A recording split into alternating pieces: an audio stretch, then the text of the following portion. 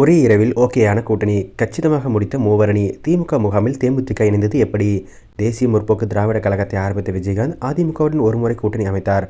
அதன் பிறகு அந்த கட்சியின் தலைமையில் மக்கள் நல கூட்டணி 2016ஆம் ஆண்டு தேர்தலை சந்தித்தது. பின்னர் பாஜக, அதிமுக என கூட்டணிகளை மாற்றினாலும் தேமுதிக இதுவரை திமுகவுடன் கூட்டணி அமைக்கவில்லை. இந்த சூழலில்தான் வரும் சட்டமன்ற தேர்தலில் அதிமுக, பாஜக கூட்டணியில் தேமுதிகவை கொண்டு வந்து அந்த கட்சிக்கு இரட்டை இலக்கத்தில் தொகுதிகள் கொடுக்க கடுமையான முயற்சிகள் நடந்தது.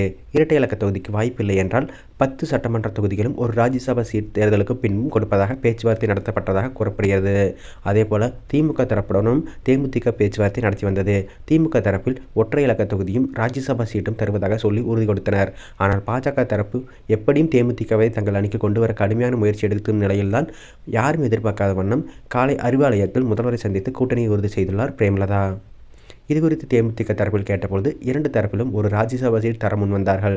ஆனால் அதிமுக தரப்பில் அடுத்த ஆண்டுதான் ராஜ்யசபா சீட் இடத்தை ஒதுக்க முடியும் என்றும் சொல்லியதால் அங்கிருந்து பின்வாங்கலாம் என்கிற யோசனையில் தலைமை இருந்தது. தேமுதிக தரப்பில் வரும் மார்ச் மாதத்தில் நடைபெறும் மாநிலங்களவை தேர்தலில் தேமுதிகவிற்கு ஒரு சீட் ஒதுக்க வேண்டும் என்று வலியுறுத்தி வந்தனர்.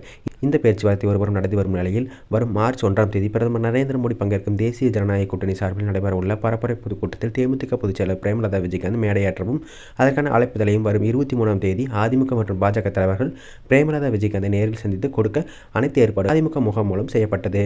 இந்த விவரங்களை திமுக தரப்பு அறிந்து கொண்ட பிறகு அடுத்த கட்ட மூவ் செய்ய ஆரம்பித்துள்ளனர்.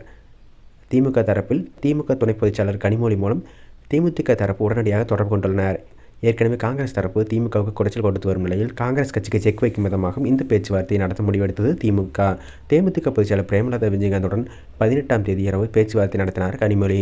ஏற்கனவே 2 முறை பிரேமலதா விஜயகாந்துடன் கனிமொழி பேச்சுவார்த்தை நடத்தியுள்ளார்.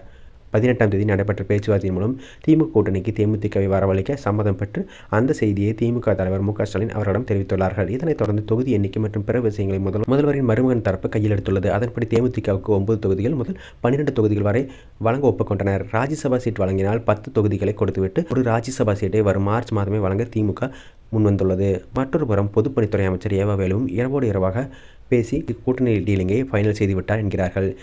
எல்லாம் ஓகே என்றதும் 19ஆம் தேதி காலையில் அண்ணா அறிவாலயத்திற்கு தேமுதிக பொதுச்செயலர் பிரேமலதா விஜயகாந்தை வரவழைத்து கூட்டணியில் இணைத்துள்ளார்கள். ஏற்கனவே திமுக கூட்டணியில் உள்ள பல கட்சிகள் கூடுதல் எண்ணிக்கையில் தொகுதியில் கேட்டு வரும் நிலையில் புதிதாக திமுக கூட்டணியில் இணைந்துள்ள தேமுதிகவிற்கு 9 முதல் 12 தொகுதிகள் என பேசி முடித்திருப்பது கூட்டணியில் உள்ள பிற கட்சியினரை முணுமுணுக்க வைத்திருக்கிறது.